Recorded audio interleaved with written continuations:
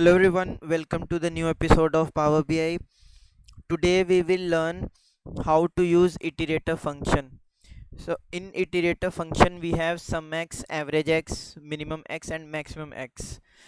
So uh, this is similar to the sum, average and minimum, but the difference of x here it is to uh, iterate the data from each row and then get the aggregated value.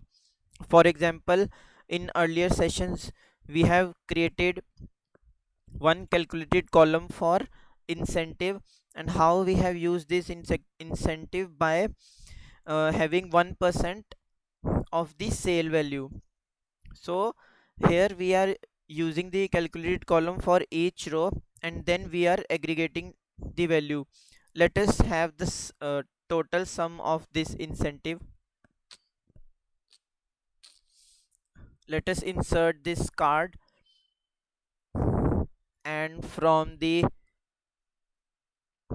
transaction table um, we have calculated the incentive column. So this is showing the value 127k as a total incentive. This we can also do with the help of using iterator function, and in that case no calculated column will be required. So we can use the iterator function and this will help in reducing the space. So we can simply right click, insert new measure,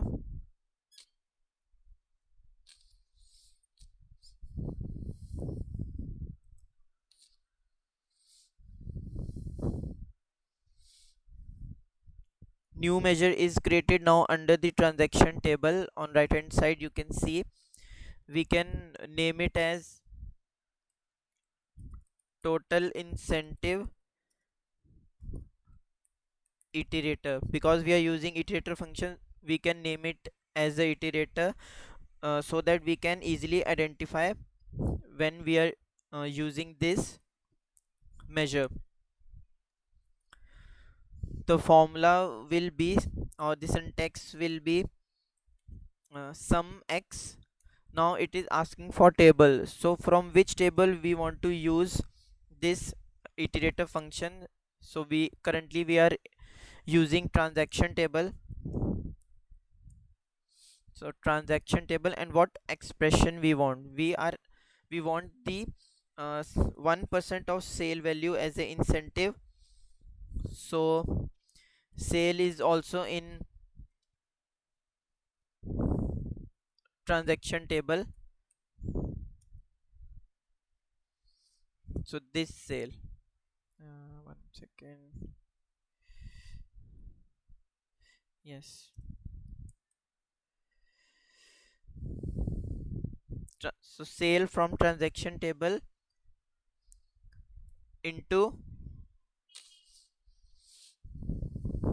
0.01.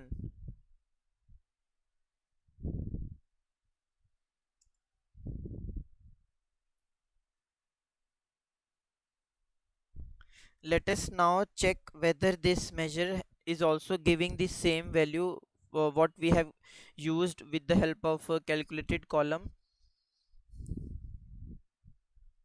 So let us insert one more card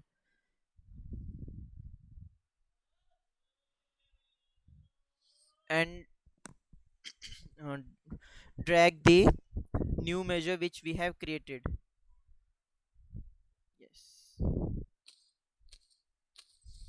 So both are giving the same value. The difference is this: by using the calculated column it is taking more space, plus it is having it is taking more time, and with the help of using the iterator function we can reduce the space of Power BI, and this will be more faster. So I believe this will help you all, and let me know the feedback. Thank you very much. Happy learning and be safe.